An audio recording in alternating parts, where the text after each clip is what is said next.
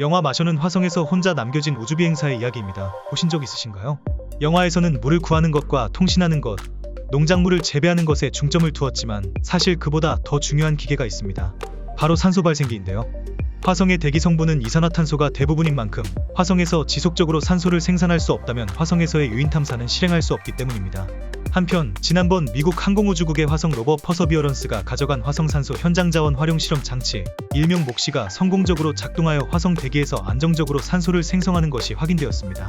화성 대기는 지구 대기와는 다르게 이산화탄소가 약 96%를 차지합니다. 목시는 이러한 이산화탄소를 전기화학적으로 분해하여 산소와 일산화탄소로 분리하고 그중 산소 이온만을 분리하여 순수한 산소 분자를 만들어냅니다.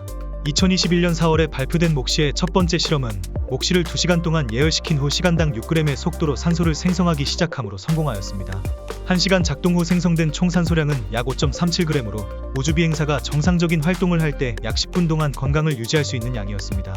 목시의 다음 실험 결과는 2022년 9월에 발표되었는데요. 예열 운전을 거친 뒤 1시간가량 산소를 생성하는 실험을 했으며 밤과 낮, 계절별로 조건을 달리하여 대기 상태에 따른 결과 차이를 분석했습니다. 화성은 대기 밀도와 기온이 계절별로 크게 달라지는 행성이기 때문에 목시의 산소 추출 성능이 대기 상태에 크게 영향을 받을 것으로 예상되었습니다. 그러나 실험 결과 대기 밀도와 기온이 바뀌어도 목시의 성능에 큰 영향을 미치지 않는 것으로 나타났습니다. 다만 새벽과 황혼에는 가동된 적이 없어 성능 확인을 하지 못했다고 합니다. 연구진은 앞으로 대기 밀도와 이산화탄소 농도가 가장 높아지는 봄철에 목시를 최대 성능으로 가동하여 산소 생산 한계를 실험할 계획입니다.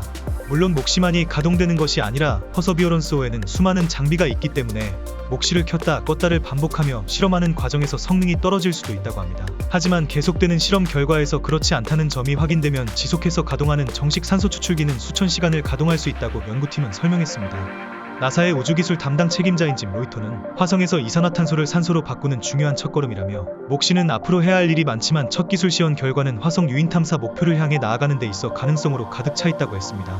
또한 전직 나사의 우주비행사이자 현재 MIT의 항공 및 우주비행학 교수인 제프리 호프만 교수는 이번 결과는 다른 행성의 표면에 있는 자원을 유인 탐사에 유용한 것으로 화학적으로 변환해낼 수 있다는 점을 처음으로 보여줬으며 이는 그런 점에서 역사적인 것이라면서 유인 탐사 때 가져갈 것이 한두 가지가 아닌데 현장에서 만들어 쓸 수 있는 것은 현장에서 구하는 것이 게임에서 유리한 고지를 점령하는 것이라고 했습니다. 목시의 산소 발생 실험 성공. 앞으로 영화 마션 같은 화성 유인 탐사가 현실이 될 수 있을까요? 앞으로도 과학에 대한 뉴스를 꾸준히 전해드리겠습니다. 그럼 과학의 모든 소식 과학으로 공부하기였습니다.